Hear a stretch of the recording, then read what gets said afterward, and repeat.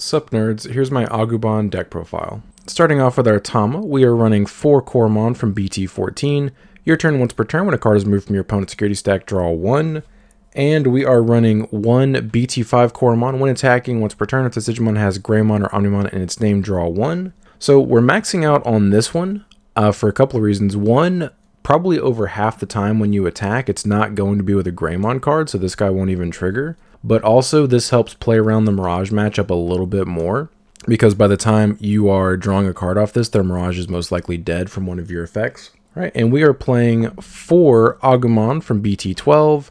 Evil's on top of Coromon for 0. On play, look at the top 4 cards of your deck. Add a Greymon and a Tamer with Taikamiya in its name. Put the rest on the bottom of your deck. All turns, while Digimon has Greymon or Onmon in its name, it gets 1000 DP. So this is, I would say, probably the best searcher in the deck. It searches 85% of your Tamers. It searches most of the important ones, and he searches, obviously, your few Greymons that you are playing in the deck. The only problem with him is he will bot deck your Agumons, but you really only need to see 1 Agumon for lethal, and most of the time you actually don't even need 2 Agumon for lethal, but you have other ways to search that card. So this guy bot decking, that's not really a big deal if you only need to see 1. And then we are running 4 Chicken Nugget Agumons from BT14. Start of your main phase, if you have a Tamer with Taikamiya in its name, the Digimon may digivolve into a Greymon in your hand without paying the cost. So we are actually running 1 level 4 Greymon that this guy can evo into for free if we have a Tamer on the field with Taikamiya in its name, which is pretty nice. And then your turn, while Digimon has Greymon or Onmon in its name, it gets 2000 DP. Very beneficial when we go into our Greymons. And then we are running 4 EX1 Agumon. The inheritable is when attacking once per turn, reveal the top 3 cards of your deck, add 1 Tamer card or 1 Digimon card with Agumon in its name among them to your hand, put the rest on the bottom of your deck. So this is how we search literally all of our Tamers, which is nice, and our other Agumons. So it searches all of our rookies, and it also searches our Agumons, which is really nice, because like I said, you only need to see 1, if that's even a necessary win condition for you. You just need to see the 1. But this guy ensures that we don't run out of rookies whenever we see him, which is really nice. And then finishing off our rookie lineup, we are playing 4 promo number 9 Agumons. The inheritable is your turn, while Digimon has Greymon in its name, it gets 2000 DP. It is effectively the same as Chicken Nugget Agumon, except for he has 2000 DP, and he does not evo for free into a Greymon at the beginning of your main phase. But our Greymon that we are playing, this does benefit our level 6 and level 5, but this mostly is here to benefit our level 4 that we're playing, and you guys will see it in just a moment. And that is it. We're playing 16 Agumons. Oops, all Agus. All right, and for our level 4s, we are running 4 promo number 10 Greymon. Your turn, while Digimon has an Agumon Digivolution card, it gains security attack +1. So this guy, on top of half of our rookies, is a 7000 DP Digimon that's swinging for 2 checks. If he survives the first check and gets a second check, it does not matter what happens from that point. You are so far ahead.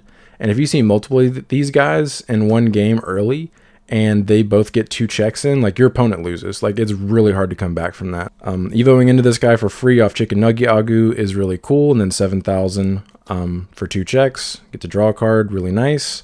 And then we are running 2 Burning Greymons from BT7. So this guy does not count as a Greymon card, for those of you that are unaware. So you cannot search him with the BT12 Agu, and he does not count for like any of your cards that mention Greymon. This is like his English name. It's not actually his official name. We are only playing this because it's a 6000 DP hybrid, and that can play around Ruin Mode, because Ruin Mode actually is really good at stunning this deck since it's kind of low to the ground for the most part. So this guy will let you play on a turn that you got Ruin Moded, because he's 6000 DP, so he'll be 1000 if they only get 1 Ruin Mode proc on you. And this is also just a win condition. This is one of our game shot cards, but he does evo for 3 on top of rookies if you do need to do that. It can come up. He does evo for 1 on top of other level 4s, so you can do that if you want to draw another card or something like that. But his effect is you may digivolve this card from your hand onto one of your red Tamers, as if the Tamer is a level 3 red Digimon for memory cost of 2. When digivolving, if a card with hybrid in its traits or Takuya can borrow, as in this Digimon Digivolution cards, delete one of your opponent's Digimon with 4000 DP or less. That will literally only come up if you evo the second one on top of the first one. Other than that, he is basically a 6000 DP vanilla that evos for 2 on top of our red Tamers, and just swings for game. And that is it. We're just playing 6 champions. On to our level 5s. We are unfortunately playing 3 Metal Greymon A's from BT14. We're playing this for a couple of reasons.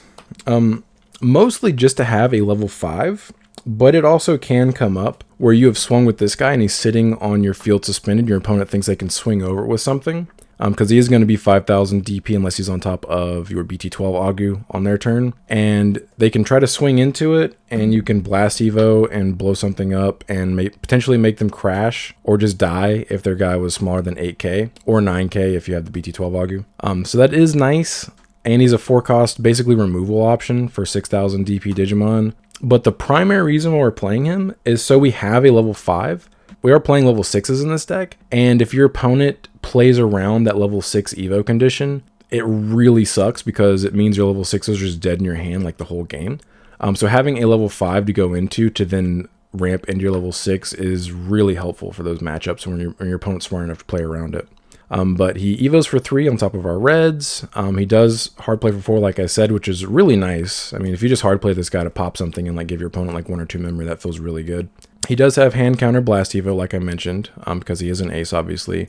And then on play / when digivolving, delete one of your opponent's Digimon with 6,000 DP or less. I considered Garudamon in this spot, but Garudamon's really situational and also unsearchable in this deck. This guy just being searchable and being able to always pop something, not necessarily just a blocker, and also not having to have like a tamer card in your hand to like combo into it with the Garudamon. It just ended up feeling better most of the time. That is it. We're just playing 3 level 5s. On to our level 6s that I kind of alluded to. We are playing 4 BT14 War Greymons. In my opinion, this is the best deck to play this kind of card in. I don't think this is super awesome in most War Greymon lists, but in a deck like this where you're basically just playing Rookie Rush, I think this card's amazing.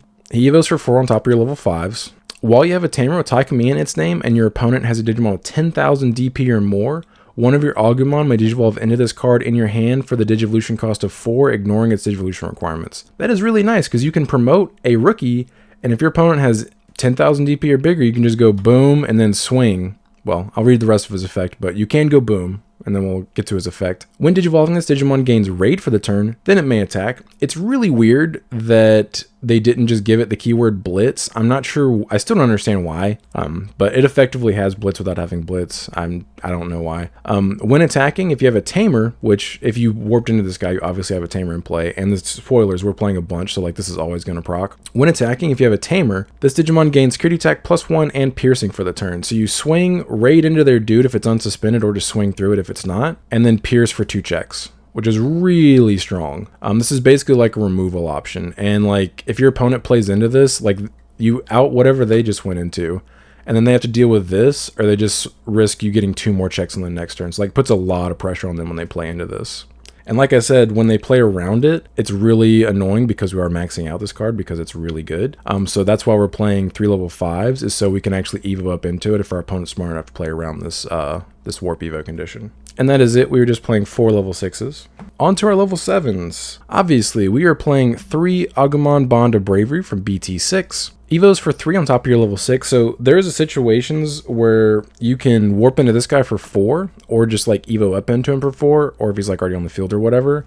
And then you can just evo into this guy and then do stuff without warping into this guy with your tamer. Spoilers, we are playing the tamer. So that is nice. He is a very cheap level 7 to evo into. So he has 14,000 DP, which is pretty swole. When attacking, if you have a tamer in play, delete one of your opponent's Digimon with 13,000 DP or less. I really wish this threshold was higher, but this basically removes any level 6 in the game that doesn't have a significant DP buff, which is nice, or attempts to remove them, I should say. And then your turn, once per turn, when an opponent's Digimon is deleted, trash the top card of their security stack. So basically, you swing with this guy, pop something on your field, trash one, and then if you're swinging security, you check one. Which is really nice. This is how you can just randomly steal games. So this is one of our game shots, obviously, like I alluded to. Like, there's several like cards that you are just designed to just win the game when you go into them. So that, let's say they're at 1 security, you promote your Agumon, warp into this guy for 3 memory, swing, pop a Digimon, trash one, and then you're swinging for lethal. And if they had a blocker, you just pop the blocker, obviously. We are playing 3 because I've never liked playing 4, even back when this deck was like, I don't even know if I would say, I guess tier 1 back in BT6 and EX1 format. I never liked playing 4 because you don't like going into this guy unless it's game, because of the warp effect from our tamer when we get to it. You guys will see why. So I always like playing 2 to 3, and I tried 2 in this list, and after testing it, I saw that I rarely drew it. So I bumped it up to 3 just to always have it when I needed it, because you only need this guy on like the last turn of the game, basically. And there's 3 of this gentleman. And then we are playing 2 more level 7s. A double Death X from BT9. I really think this is a necessary inclusion in basically any deck in the format, especially decks that have an issue dealing with wide boards, because like we don't have access to a ton of removal in this deck, and if our opponent like goes super wide on us, we might struggle to do something about them, or they just like they lethal us on their turn. So this guy cannot evo, so we're not even going to discuss that. He's a 20 play cost, 15,000 DP. And for those of you that are unfamiliar with this card, when you would play this card, reduce its memory cost by 3 for each Digimon and Tamer your opponent has in play. So mathing, after 6 things on the field, this guy's a 2 cost. After 7 things on the field, this guy is free. So you just boom. And then on play, de-evo 1 all of your opponent's Digimon, then delete all of your opponent's level 4 or lower Digimon. So this guy can just boom, nuke something. Like if your opponent plays into this card, it is such an absolute blowout for them. And then, like, even if you pass turn when you drop this guy, they have to answer this card, or they probably just lose. Like, this guy is a win condition in its own. So I do really like this. I think, bare minimum, you should be playing 2 in basically any deck you play this format. And probably moving forward, unless we go back to a format that's, like, mostly just stacked decks that aren't super Tamer reliant. Also, I forgot, the reason why this guy is a win condition. End of your opponent's turn. Once per turn, delete all of your opponent's Digimon with the lowest play cost. That does say all and play cost. So your opponent has to either have nothing on the field, or they have to just give up a Digimon to protect like their Digimon they want to actually save at the end of every turn until they out this guy. This guy is super insane. Please reprint this card, Bandai, please. Soon. That is it. We're just playing 5 level 7s. On to our Tamers. We are, of course, playing 4 BT6 Taikamiya, 3 cost Tamer. Your turn, when one of your Digimon with Agumon or Greymon and its name moves from the breeding area to the battle area, gain 1 memory and trigger draw 1. And then main, once per turn, digivolve your Agumon into 1 Agumon bond of Bravery in your hand for its Evo cost, ignoring its level. If you do, trash the top 2 cards of your security stack. Then, if you have 1 or more security cards, delete that Digimon at the end of the turn. So that last sentence is the reason why you never want to go into Bond of Bravery unless it's actually game, because you're basically just giving up 2 security to warp into him. I'm really looking forward to getting the new Bond of Bravery that's way better, and you're not relying on this Tamer. But this guy's insane for decks like this, because you get to just maintain hand advantage, which is kind of a struggle for Ricky Rush style decks. Like if you see one of these in your opening hand and an Agumon, you always keep that hand. Like that's just money. You just evo the Agumon, play this guy, you are set for the rest of the game. This is a bit of an issue versus Mirage decks, obviously, because it will trigger their Mirage in your breeding phase. But usually that won't pass turn, and if they have a Mirage on the field, you will be able to evo into your War Greymon, since their Mirages are all over 10,000 DP. And something to note, for those of you that don't know how this interaction works, let's say you have like all 4 of these guys on the field for some reason against a Mirage player. I probably would avoid doing that, but just in case. When you promote, after the first one triggers and you draw 1 and gain 1, your opponent's Mirage actually triggers. So the Mirage would then trigger, gain memory, and then the rest of these would trigger. So like you're not going to draw 4 cards and then it triggers. Just something to be aware of. That might make the difference between them gaining like 2 or 3 memory versus like 1 memory, for those of you that don't know. And then we are playing 3 Tainkari from BT9, 4 cost Tamer. Start of your turn, if you have 3 or fewer security cards, gain 1 memory. If your opponent has 3 or fewer security cards, gain 1 memory. So this rewards you for being super aggro on your opponent, which obviously this deck's designed to do, and it punishes your opponent for attacking you. And then your turn, when one of your red or yellow Digimon attacks, you may suspend this Tamer to have all of your opponent's security Digimon get minus 2,000 DP for the turn. So this is really cool to have with your promo Greymon, because you swing, and for every one of these, he's 2,000 DP bigger effectively. So like if you have 1 or 2 of these on the field, and you have the 2,000 DP Agumon inheritable underneath him, he's basically a mega swinging for 2 checks, which is kind of insane. We're not maxing this out because this is only good after the first like 2 turns of the game. So we don't really want to open with this too often, but we do want to see 1 or 2 at some points. That's why we're playing 3, and it's searchable off BT12 Agu, obviously, and EX1 Agu. And then we are playing 3 Taikamiya from starter deck 15, 4 cost memory setter. All turns, when an attack target is switched, by suspending this tamer, draw 1, and then one of your Digimon gets 2000 DP until the end of the turn. It should be until the end of your opponent's turn. I don't know why they made this for the turn. So we're playing this for a couple of reasons. One, we do want to have a memory setter in this deck. It is really beneficial because, like, once you get a few of, like, these tamers on the field, if you have a memory setter stacked with them, you're going to go to, like, 7 to 9 memory when you promote on your turn, which is really insane. And you can just, like, abuse your opponent with all of your stupid stuff you have access to. But also, we do want to have a consistent black source, and this is basically the only Taikamiya that I really wanted to play. I did consider BT12 tie, which obviously gives you 1000 DP and blocker until the end of your opponent's turn, and you gain memory when you evo, but like you don't evo that often to where like you're getting that benefit every turn. And also this guy's added draw power and DP, like it's 2000 DP as opposed to 1, I think is much better. And this isn't just on play beginning of main. This is just like whenever that happens, which I think is much better. Also, another reason, almost forgot, this gives us a little more of a consistent out to Death X. Obviously, this deck is going to play into Death X. There's no real way around it because you do actually need some of your tamers on the field for most of your things. So if you promote an Agumon, your opponent has a Death X on the field, you can warp into War Gray, and if you have the 2000 DP inheritable, which we're running 8 copies of, and one of these guys on the field, you can swing, assuming it's unsuspended, obviously, which usually it would be. You swing, trigger raid into their Death X, and then tap this, give the War Greymon another 2000 DP, and boom, it's smooth sailing. You pierce through the Death X for 16,000 DP for 2 checks, and you get to draw a card, which is really cool. And we'll go over why we need a black source whenever we get to our options. Spoilers. And on to another one of our game shots. This card is actually kind of ludicrous with this card. We are playing 3 Louis Owada, promo 130, 3-cost Louis. This guy is such an insane interaction with the BT6 Taikamiya. This interaction with this card is what actually inspired me to build this deck. Because for those of you that haven't seen the gameplay on the channel, I played against Brandon testing Gabubond, and he did this, and I saw that interaction, and I saw just how unfair that was, and it made me want to see if Agumon could do the same and abuse it. So his effect is on play. You may move one of your level 3 or higher Digimon from the breeding area to the battle area. Your turn, when one of your Digimon moves from the breeding area to the battle area, by suspending this tamer, gain 1 memory. So what's so broken about this is this basically guarantees that you never have to worry about losing tempo in a deck like this, which is, it's one of like the only weaknesses of this deck, is if they out your board, you're basically forced to set up for a whole turn while they get to just do more and establish even more stuff on their field, which is really bad to fall behind like that. That's one of the reasons why we're playing Death X, is for situations like that.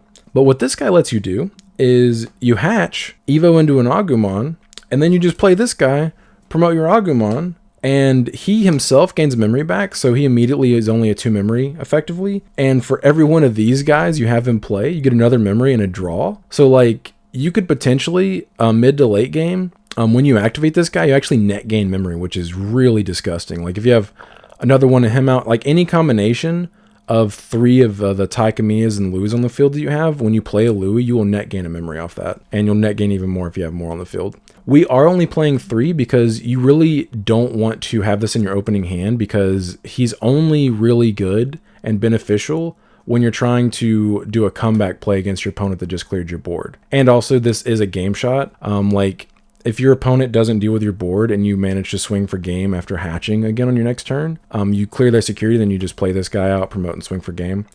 Because of that, and because EX1 Agu searches this guy, I was able to cut it down. I would understand if you felt the need to play 4 of this. Like, that interaction alone made me want to play 4 and think that was correct for a while. But after having it in my opening hand too often, I realized that 3 is definitely the wave. And that is it. We're just playing 13 tamers.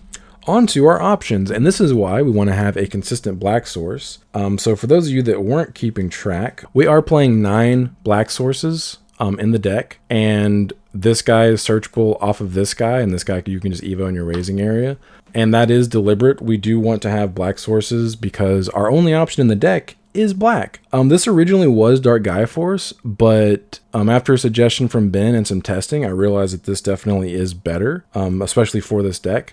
We are running 3 DG Dimension for BT11.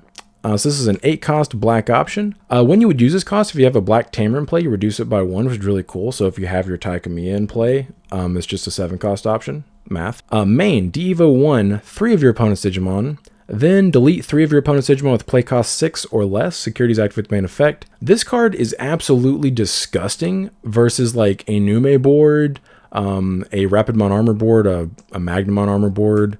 Like, this just clears everything, and it gets around armor effects because it's a de-evo. It also can get around protection effects and in good inheritables because of the de-evo. And this also, like Dark Gaia Force, is insane versus ace cards. Because most ace cards right now that are seeing a lot of play, if you're not playing a Deva deck, are 4 cost or 5 cost. So this just pops those.